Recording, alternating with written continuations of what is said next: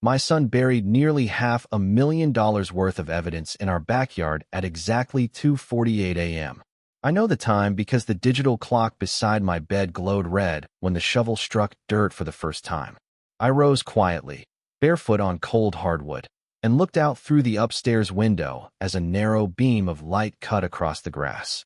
Ethan was behind the old maple tree near the fence line. He dug fast. Not sloppy, not desperate, efficient. Short shovel strokes. Controlled breathing. Dirt landing softly instead of flying. He'd learned how to work quietly on job sites, how to move without drawing attention. Watching him now, I realized he hadn't just planned this night. He'd rehearsed it. He thought I was asleep. Thought grief had dulled me. Thought the house was blind. Since Laura died 18 months ago, sleep hasn't been a place I stay. It's something I pass through. Grief sharpens your senses. It teaches you to listen for what doesn't belong. A sound at the wrong hour. A door opening too slowly. Laura used to say Ethan was a storm I refused to see forming. She would have seen this. I didn't rush outside. I didn't confront him. I didn't shout his name like a father begging for an explanation. I stood there and watched my only son bury something he never intended to recover. And I smiled. Not because it comforted me, but because fear finally had a name. For months, something had been wrong. Ethan avoided my eyes during our morning coffee routine. Conversations about the company ended too cleanly. He locked his laptop when I entered the room. Clients asked questions they shouldn't have known to ask. Competing bids arrived faster than made sense. Lower, sharper, precise to the dollar. I told myself it was competition. I told myself it was change. That's the lie fathers tell when the truth would break them. The hole behind the maple tree erased that lie. Ethan paused before lowering the case into the ground. Just for a second. A hesitation so small I almost missed it. His jaw tightened. I wondered if guilt had found him after all, or if someone else was pushing harder than he wanted to admit.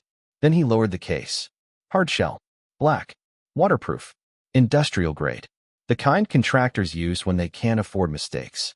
He handled it carefully, like it mattered more than the ground it disappeared into. He buried it with precision. Replaced the sod. Scattered leaves. Stepped back and studied the spot like a man checking his work. No trace. When he finally drove away, taillights vanishing down the road, I waited exactly 1 hour. Patience is something construction teaches you early. Rush a foundation, and everything above it cracks. I grabbed a jacket, a flashlight, and the shovel leaning against the garage wall. The soil was still loose. He hadn't gone deep enough. He never learned patience the way I did. The case surfaced with a dull thud. I opened it right there under the maple tree. The first thing I saw nearly took the breath from me. Original contracts. Not copies. Not drafts. Originals with signatures still fresh enough to smear. A residential expansion worth $1.4 million. A commercial retrofit downtown. A city infrastructure upgrade scheduled to break ground in 6 weeks. Then the flash drives. Client data. Bid structures. Printed emails. Bank statements. Monthly payments routed through a consulting account I didn't recognize. And the recordings. I didn't listen to all of them. I didn't need to. I already knew what they contained. Plans. Timelines. Calculations. Laughter. I had always imagined losing my company to age, or illness, or bad luck, but never to my own blood. Hawthorne Civil wasn't just a business. I started it in Red Valley in 1991 with borrowed money and borrowed confidence. 34 years later, it employed 52 people. Families who trusted me. Clients who trusted our name. Ethan was supposed to inherit all of it. Instead, he'd been dismantling it piece by piece, feeding its bones to Victor Ames. The kind of man who sharpened contracts like knives and smiled while twisting them. 8 months of betrayal. 8 months of preparation. Ethan thought I was old. Predictable. Soft. He thought I'd quietly accept defeat. He buried evidence to end the story. But all he did was dig the first hole of a war. 6 months earlier, everything still looked normal. That's the dangerous part of betrayal. It rarely announces itself. It pours coffee, asks about schedules, talks about the future like it belongs to everyone. Back then, normal felt permanent, which should have been my first warning. Ethan still arrived before 8 most mornings. Still laughed easily with the crew in the yard. Still sat across from me every Tuesday with his chipped mug, asking about permits, weather delays, timelines. Clients trusted him. Employees liked him. He remembered names, kids, spouses, anniversaries, details most men forgot the moment a deal closed. If anyone had suggested he was dismantling Hawthorne Civil from the inside, I would have defended him without hesitation. He was my son, and this was his inheritance. The company was steady then. Not explosive growth, not decline either, the kind of balance I'd spent decades building. We didn't chase reckless bids or flashy expansions. We survived because people trusted us to finish what we started. Ethan didn't see stability the way I did. The changes came quietly. Missed planning meetings, client lunches, calls he took outside, pacing the gravel lot with his back turned. His desk grew unnaturally clean, his laptop locking the moment I entered his office. I noticed, but didn't press. Maybe grief made me slower, softer. Maybe I wanted so badly to believe in him that I ignored what any other man would have seen. The first real warning came from a client. Margaret Hale called me one afternoon, her voice tight. "Why is Northline Group asking about my budget?" she asked. "They quoted a completion timeline only your office has." Northline wasn't just competition. They were surgical, predatory. Run by Victor Ames, a man with a smile like a contractor's knife. Thin, sharp, meant for cutting. I told Margaret it was probably speculation. Industry chatter. Still, unease settled somewhere behind my ribs. 2 weeks later, another call. Different client. Same confusion. Then came the bids. Northline's proposal on the Ridgeway development landed exactly $27,400 under ours, a number no one could guess without seeing our internal margins. Not reckless, not accidental. Precise. That's when I mentioned it to Ethan. "Seems like someone's fishing around our projects," I said casually over coffee. He stirred too long before answering. "Everyone's fishing these days, Dad. Market's tighter." He didn't look at me. That was new. The real shift came after the Ridgeway meeting. On the drive back, Ethan talked numbers, not broadly, but granular. Supplier discounts, labor compression, how low we could bid before it hurt. He'd never obsessed over margins before. That night, I called Frank Delgado. Frank had been with Hawthorne Civil for 15 years. Loyal, steady, the kind of man who didn't pause unless something mattered. "Have you noticed Ethan asking for unusual access?" I asked. There was a silence on the line. Frank's pause was the loudest thing I'd heard all week. "He's been pulling full cost breakdowns," Frank said carefully. "Supplier contracts, internal estimates." Said he was streamlining processes. My jaw tightened. "You gave them to him." "He's your son," Frank replied. "I assumed you knew." When the call ended, I sat alone in the kitchen staring at nothing. I'd spent my life listening for the faintest crack in concrete, knowing one fracture could compromise everything above it. Something had cracked. I didn't confront Ethan. Not yet. I watched more closely. Noticed how competitor outreach followed our internal meetings too cleanly. How Northline's bids mirrored our numbers like reflections. How Ethan grew more confident as I grew quieter. He mistook restraint for blindness. He started talking openly about modernization, about loyalty being outdated, about how companies that failed to evolve deserve to be replaced. "Construction isn't about relationships anymore," he said once, leaning back in his chair. "It's leverage, data, timing, and trust," I replied. He smiled, polite, indulgent, the way you smile at someone who still believes in things you've already abandoned. What I didn't understand yet was that Ethan wasn't acting alone. Victor Ames had built his reputation finding fault lines and pressing until something gave. He didn't steal outright, he recruited. He convinced capable men they were smarter than the systems that raised them. Ethan thought he was choosing the future. He didn't realize he was being positioned. By the time the first contract went missing, the plan was already underway. By the time I noticed the ground shifting beneath us, my son had already chosen a side. I just hadn't decided how much of the battlefield he'd get to walk away from. I'd spent my life listening for cracks in concrete. I should have heard the one forming in my own house. And what I hadn't realized yet was this. Ethan hadn't just been keeping secrets. He'd been rehearsing. The first thing Ethan stole wasn't money. It was paper. A single contract folder disappeared from the filing cabinet outside my office sometime in late February. No alarms. No broken locks. Just an empty space where a blue tab labeled Ridgeway. Final had been the day before. At first, I assumed clerical error. Misfiled. Scanned and archived. These things happen in a busy office. I'd built my career on not overreacting to small inconsistencies. But the absence bothered me more than it should have. I searched quietly, checked digital archives, asked no questions. And when I finally found the folder, it was back in place, perfectly aligned, untouched, as if it had never moved. Except it had. The staples were loose. The pages reordered. Someone had opened it carefully, removed it, and returned it without leaving a ripple. That night, I lay awake listening to the house settle, wondering how many things could be disturbed without leaving visible damage. Concrete hides fractures until weight exposes them. Trust works the same way. Over the next 2 weeks, patterns began forming where coincidence used to live. Ethan's calendar filled with external consults that never appeared on invoices. Client calls overlapped just a little too neatly with competitor outreach. Northline bids landed just low enough to sting, never reckless, always eerily precise. Still, I said nothing. Part of me hoped I was wrong. Part of me feared I wasn't. Grief does strange things to perception. It makes you doubt your instincts. Laura used to tease me for trusting my gut more than people. After she died, I started trusting people more than my gut, and that may have been my biggest mistake. The first lie Ethan told me directly came on a Tuesday morning.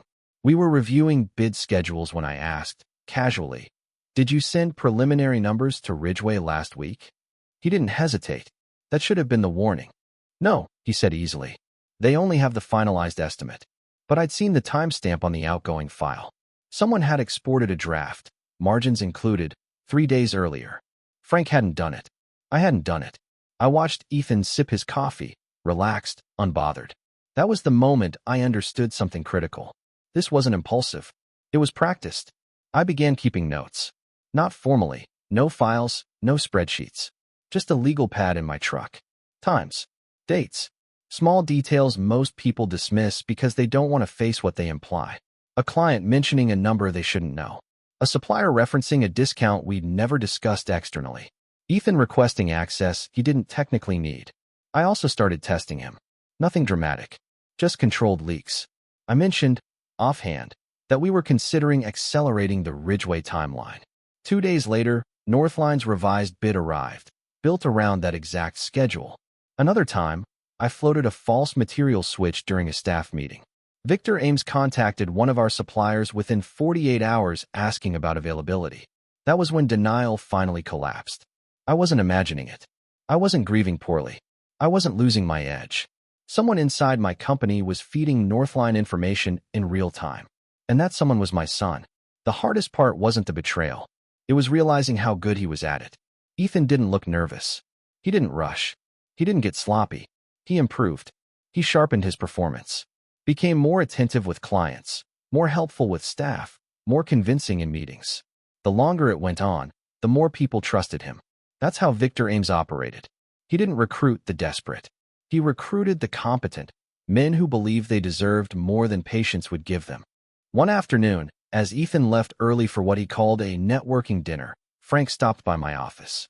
"You okay, Jake?" he asked carefully. "You've been quieter lately." I almost told him everything. Instead, I said, "Have you ever noticed how a building sounds different right before something fails?" Frank frowned. "What do you mean?" "Sometimes there's no noise at all," I said. "Just the absence of what used to hold." That night, I reviewed access logs for the first time. Ethan's credentials appeared everywhere. Late hours, unusual downloads, repeated access to files no client relations manager should need. He wasn't stealing randomly. He was mapping the company. I shut the laptop and sat in the dark. Confronting him now would end everything. Evidence lost, story buried, truth twisted into a family dispute. If I was going to stop this, I needed patience. Documentation. Certainty. Construction teaches you that demolition, without planning, just creates rubble. If I moved too early, I'd only clear his escape route. By the end of that week, I made a decision that changed everything. I stopped acting like a father. I started acting like a contractor facing a hostile takeover. And I waited for the moment Ethan would make his first irreversible mistake, the one that would prove he wasn't just leaking information. He was stealing the future. The phone call happened on a Thursday. That detail matters, because Thursdays were predictable. The office emptied early. Crews wrapped their sites before the weekend. By 5:30, Hawthorne Civil was usually hollow, the kind of quiet that meant the day's work had been laid to rest. That evening, I'd already gone home.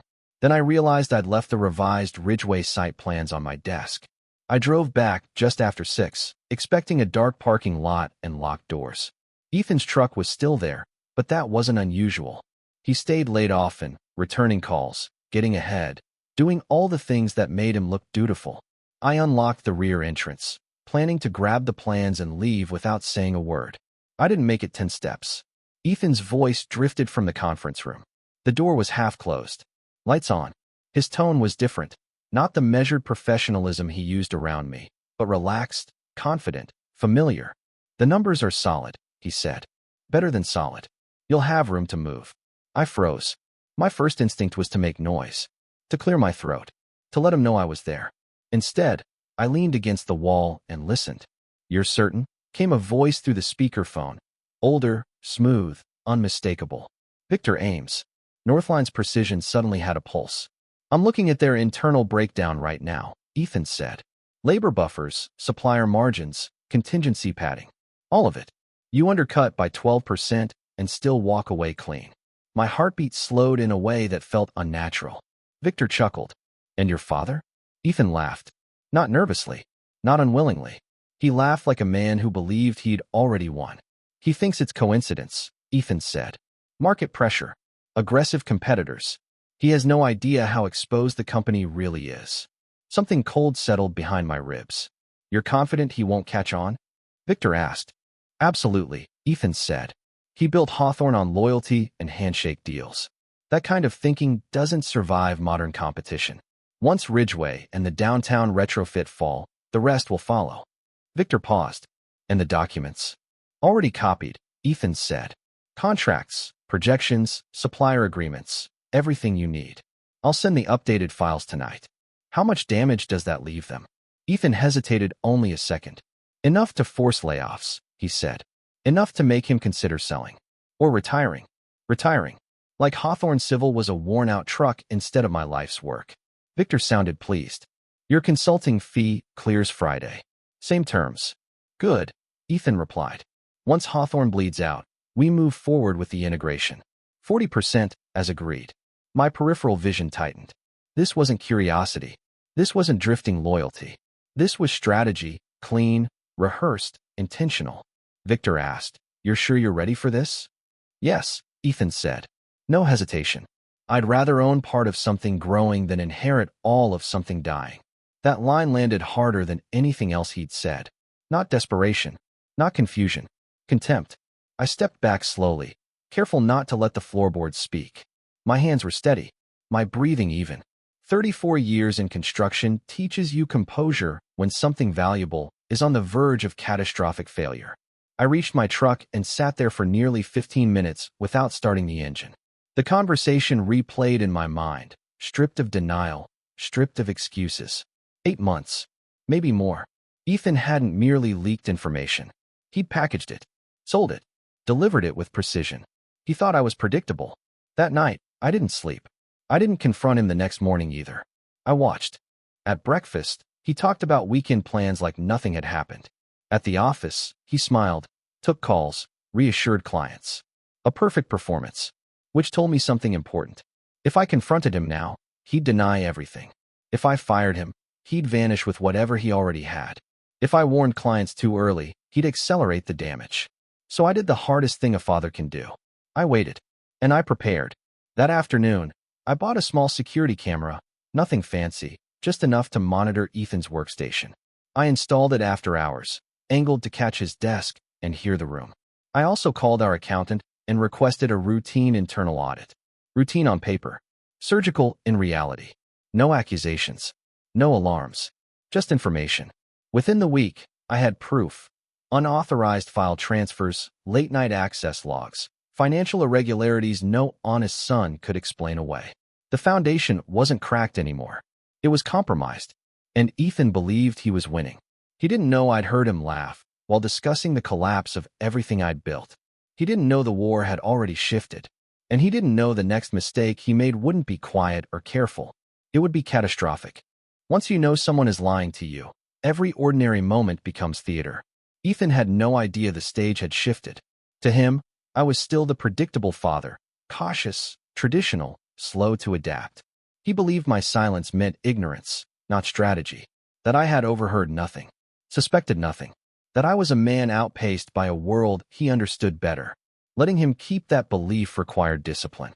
I measured every response, smiled when he talked about market pressure or modernizing operations, asked questions that sounded like a father humoring a son's ambition. I let him feel safe, let him build confidence, let him talk. Meanwhile, I built a record. The camera above his workstation captured exactly what I expected. No dramatic theft, no cinematic betrayal, just a pattern. USB drives plugged in, removed, plugged in again. Late-night downloads. Screenshots of supplier terms. Internal spreadsheets exported under harmless file names. He worked like a man who had rehearsed secrecy and grown comfortable with it. I made quiet changes to the company's digital environment. Nothing overt, nothing he'd notice immediately. New access logs, tighter file permissions, alerts that triggered when certain folders were opened or copied. Not with alarms, but with timestamps. Ethan adapted quickly, too quickly. When one digital pathway closed, he found another. He asked Frank to download files he no longer had access to, forwarded drafts to his personal email so he could review from home, requested administrative permissions with reasons that almost made sense. Each workaround was another thread in the web he didn't know he was weaving around himself. I met with our accountant in person, framing it as a routine internal audit. She didn't question it. Auditors rarely do. 3 days later, she gave me a folder of flagged transactions, monthly payments, regular deposits, a consulting LLC tied to Ethan's name. The money didn't surprise me. The consistency did. Betrayal hits differently when it's automated. At home, I felt the weight of it settle into the walls. Dinner conversations became precision work. I watched his hands when he spoke, his eyes when he didn't, the subtle changes in his posture. There were still flashes, brief, unguarded moments where I saw the boy who once followed me around construction sites with a plastic hammer. Those moments hurt far more than the evidence. I slept less, ate sparingly, thought constantly. When did this become easy for him? When did deceit become a habit instead of a last resort? The answer arrived just after midnight. The security system flagged movement outside, not at the office, but in my own yard. I opened the live feed. Headlights. Ethan's SUV. Engine off, interior light flicking on as he leaned over the passenger seat. He didn't come inside. He went to the trunk. I zoomed the feed. A black hardshell case. Waterproof. Industrial. Contractor grade. The kind you use when what's inside matters more than the container. He stood still for a long moment, scanning the yard. Then he crossed toward the old maple tree, the one Laura used to hang a swing from. I didn't move from my chair. Didn't call out. Didn't turn on a light. I watched my son dig. The motions were efficient. Controlled. Intentional. Not frantic, deliberate. He knew how deep to go. Knew how to cover his tracks. Knew exactly how much time he had before anyone might notice. He buried whatever was inside with the care of someone laying a foundation, not concealing a crime. When he finished, he brushed the sod back into place, scattered leaves, and walked away without looking back. By the time his taillights disappeared, I already knew what I had to do. I waited 1 hour. Exactly. Then I grabbed my jacket, my flashlight, and the old shovel leaning against the garage wall. The soil was loose, freshly turned. 15 minutes later, the case surfaced with a soft, damp thud. I cracked the latches. Inside was everything. Original signed contracts, not copies. 2 encrypted flash drives labeled in Ethan's handwriting. Client data. Bid structures. Bank statements tied to the consulting account. Printouts of emails between Ethan and Northline. A partnership agreement. 40% ownership in post-integration enterprise. Contingent upon Hawthorne Civil's destabilization. And the recordings. I didn't listen to them. I didn't have to. The content didn't matter yet. The existence did. This wasn't opportunistic theft. This wasn't clumsy ambition. It was execution. Clean. Organized. 8 months in the making. Ethan hadn't just betrayed me. He had built my exit plan, without me. I repacked the case, reburied it exactly as he left it, flattened the earth, and covered it with leaves. No trace. No disturbance. No mistakes. Then I sat at the kitchen table until dawn broke, my hands folded, my mind clear. The trap was set, and Ethan had already walked straight into it, unaware, unprepared, and far too confident for what was coming next. By morning, grief had burned itself out. What remained was clarity, the kind that arrives after a fire, when the air is sharp and nothing unnecessary survives. I moved through the kitchen with a stillness that felt foreign. Ethan sat across from me, scrolling through his phone, talking about delayed shipments and traffic on Route 14. I nodded, poured his coffee the same way I always had, and watched him sip it without the faintest suspicion that the ground beneath him had already shifted. If he sensed anything different in me, he hid it well. More likely, he simply didn't look. The first thing I did was nothing. No confrontation, no accusation, no deviation from routine. He needed to believe the narrative he'd rehearsed, that I was predictable, blind, and drifting toward the exit he'd designed for me. Good. Let him believe it. That afternoon, I sat across from our attorney, Daniel Price. I didn't tell him it was my son, not at first. I presented the evidence like casework, the contracts, access logs, bank trails, recordings. I let him assess it as a professional before forcing him to absorb it as a human. He leaned back slowly, jaw tightening. "This is corporate espionage," he said. "High level, coordinated, and it's comprehensive." "And if the perpetrator is family?" I asked. Daniel paused, briefly, not kindly. "That complicates the heart," he said. "Not the law." Good again. We discussed exposure risks, legal avenues, strategic timing, evidence handling, how a premature confrontation would give Ethan room to run, spin, destroy, or disappear assets. "You don't get two chances with a takedown like this," Daniel said. "You choose your moment and hit decisively." So I prepared for decisive. The next 72 hours became a series of quiet moves. Not warnings, not accusations. Positioning. I met privately with trusted clients, starting with Margaret Hale. I didn't name names, didn't mention Ethan. I simply asked if she'd received any unusual inquiries about her budget or timelines. She didn't hesitate. "Yes, Victor Ames. Twice." Her eyes sharpened when I didn't react with surprise. "I believe there's been a breach," I told her. "We're addressing it internally." That was all she needed.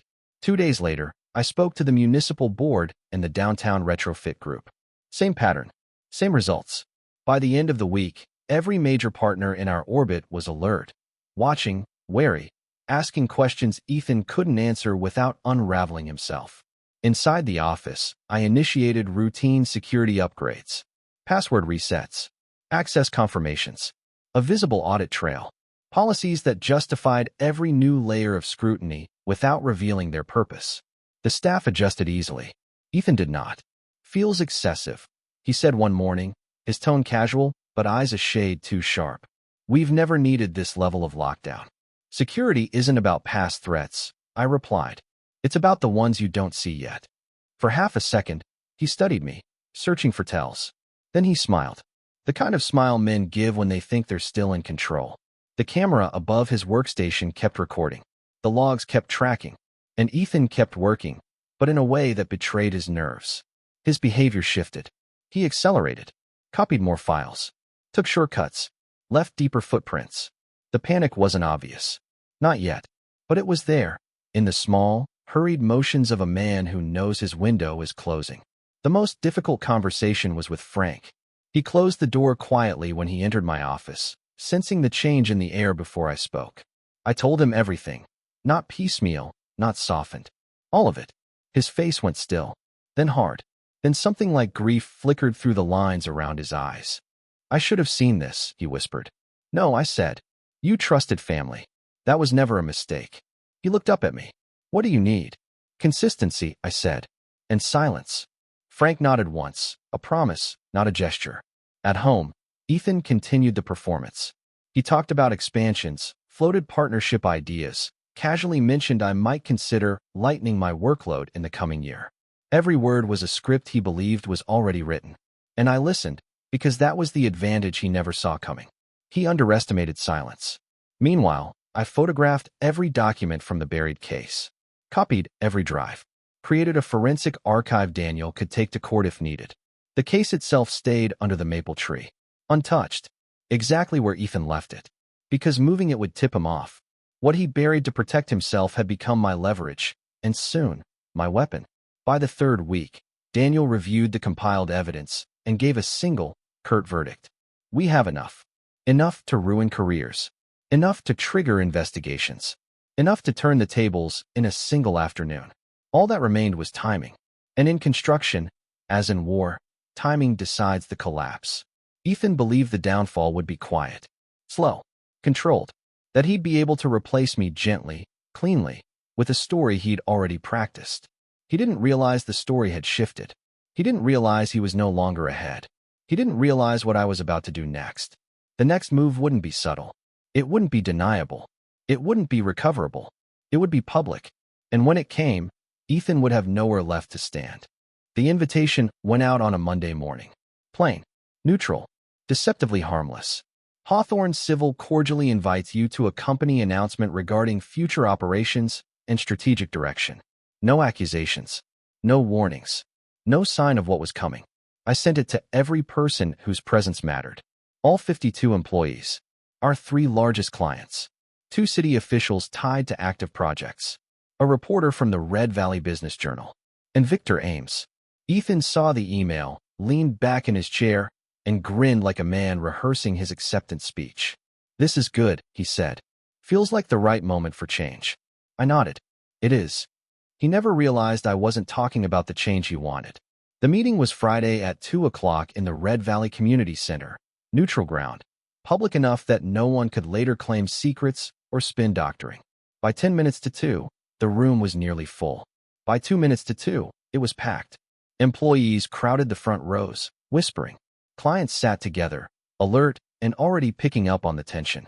City officials positioned themselves like observers waiting for a verdict. And Victor Ames, arrogant as ever, arrived early and chose a seat near the exit. A strategic man picking a strategic escape route. Ethan sat front and center, confident, relaxed, already imagining applause. At exactly 2 o'clock, I stepped behind the podium. I began where all stories begin, the truth people think they already know. 34 years ago, I said, Hawthorne Civil started with 1 truck, borrowed money, and a promise that we would never, ever, win contracts by cutting corners. Polite applause rose, shallow and brief. I let the silence reclaim the room. Today, I continued, I want to talk about what happens when that promise is violated from the inside. The air thinned. You're about to see evidence of deliberate, internal sabotage. Confidential data stolen. Proprietary contracts leaked. Client information sold. Murmurs. Sharp, uneasy. A ripple of recognition moved through the room. Ethan shifted in his seat. I pressed the remote. The projector screen lit up. Ridgeway Development. Original contract. Stolen. Copied. Altered. I didn't need to name names. Margaret Hale's posture went rigid, her jaw tightening like concrete cured under too much pressure. Click. Downtown retrofit. Internal cost breakdown. Another gasp. Someone swore under their breath. Click. File access logs. User. E. Hawthorne. Timestamps. Dates. Midnight downloads. Patterns impossible to deny. Ethan stood abruptly. Dad, I think there's been some. Sit down, I said. I never raised my voice. He sat. The individual responsible, I continued evenly, received monthly payments disguised as consulting fees. These total over 6 figures. Another click. The bank records appeared. Clean. Predictable. Damning. Ethan's face drained of color. Beside him, a client whispered something furious. I pressed play. His voice filled the room. Once Hawthorne bleeds out, we integrate. 40%, as agreed. A sound moved through the crowd. Not shock exactly, but something deeper. Disbelief cracking into understanding. Understanding cracking straight into anger. I let the recording end. That conversation was captured in my office, I said quietly. Recorded by the same son who planned this company's execution. The word son hit harder than any accusation. Ethan lurched to his feet again, hands shaking. You don't understand. I understand perfectly, I said. You didn't just betray this company. You tried to kill it. Then I turned. Mr. Ames, I said, would you like to explain why your firm received proprietary data stolen from my internal systems? A muscle twitched at Victor's jaw. He didn't speak. 2 men in dark jackets rose from the back row.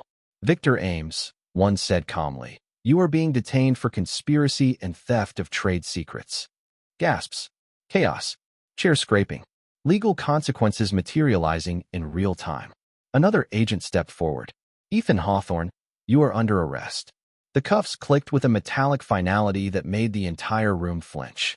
Ethan turned to me then, really looked at me, and the panic that finally broke across his face was almost childlike. "You were supposed to be old," he whispered, voice cracking. "You weren't supposed to fight back." I stepped closer, not vindictive, not triumphant, just honest. "You confused kindness with weakness," I said. They took him away. No applause, no cheers, just stunned silence, punctuated by a single choked sob from somewhere near the front. I returned to the podium. "Hawthorne Civil will continue," I said.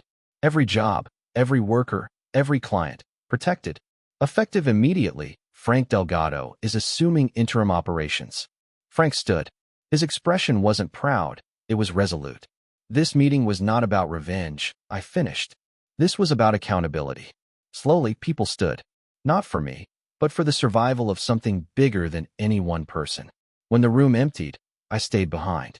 Just me and the echo of what used to be a future I thought my son would carry. 34 years of building. 8 months of betrayal. 1 afternoon of truth.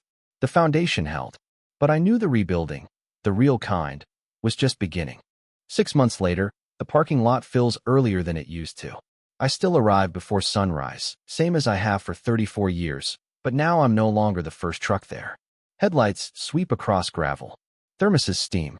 Crews gather in clusters, laughing through the cold as they hoist tool bags onto their shoulders. Work continues, not because of resilient speeches, not because of crisis meetings, but because people made a choice. Hawthorne Civil wasn't going to die, and so it didn't. It absorbed the hit, and then it cured harder than before.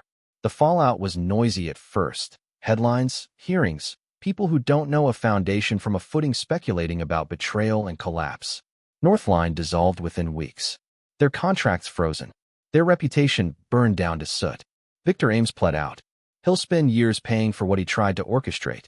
Ethan took longer. The evidence was overwhelming. Original contracts, financial trails, audio. His sentence came down in a quiet courtroom that felt strangely smaller than it should have. He didn't look at me. Jaw tight, shoulders squared, eyes fixed ahead like defiance was still some kind of shield. It wasn't. I haven't answered his letters. I haven't visited. Not out of vindictiveness. Out of truth. Some losses ache without being revisited. The company rearranged itself quickly, like a crew instinctively moving to brace a failing beam. Frank stepped into operations without fanfare, all competence and steadiness. Maria Gonzalez took over project coordination and handled it like she'd been waiting her whole life for someone to trust her properly. We hired 2 new engineers, brilliant, hungry, loyal. Work returned. Contracts followed. Not from pity, from trust. The municipal board tightened oversight, then awarded us another expansion. Margaret Hale still calls personally before signing anything new. People remember who protected their information and who didn't. The maple tree still stands in the yard. I haven't touched the soil beneath it. Couldn't really. Grass grew back thicker there, like the ground was determined to cover the wound. Sometimes, early in the morning, I stand at the kitchen window and look at that patch of earth, remembering how close everything came to collapsing because I wanted to believe blood was stronger than behavior. Laura would have seen it sooner. Her picture still hangs in the hallway, arms crossed, smiling in front of the first warehouse we ever built. Sometimes I imagine what she'd say if she saw all this. She wouldn't ask why I exposed Ethan. She'd ask why I waited so long. Hawthorne Civil is stronger now, not larger, not richer, just steadier. Security protocols aren't temporary fixes, they're structural. Access is tiered, logged, verified. No one, absolutely no one, handles sensitive material alone, especially anyone named Hawthorne. People sometimes ask how I stayed calm, how I exposed my own son, how I watched him go into handcuffs without flinching. They think the answer is complicated. It isn't. Construction teaches you the same lesson every day. You don't save a structure by pretending cracks aren't there. You assess them, you shore up what can be saved, and you remove what threatens the whole, even if it carries your eyes, your voice, your last name. Some nights, the house is too quiet. I sit at the table long after dinner, listening to the clock tick, remembering a boy who used to trail behind me on job sites, asking questions about rebar spacing and concrete cures. That boy is gone. What remains is the work. Tuesday mornings, I still sit at my desk with coffee, still review schedules, Still walk sites before the sun warms anything. Crews nod at me, not with pity, not with obligation, but with respect. Real respect, the kind you earn every day. On my office wall hangs a new framed article.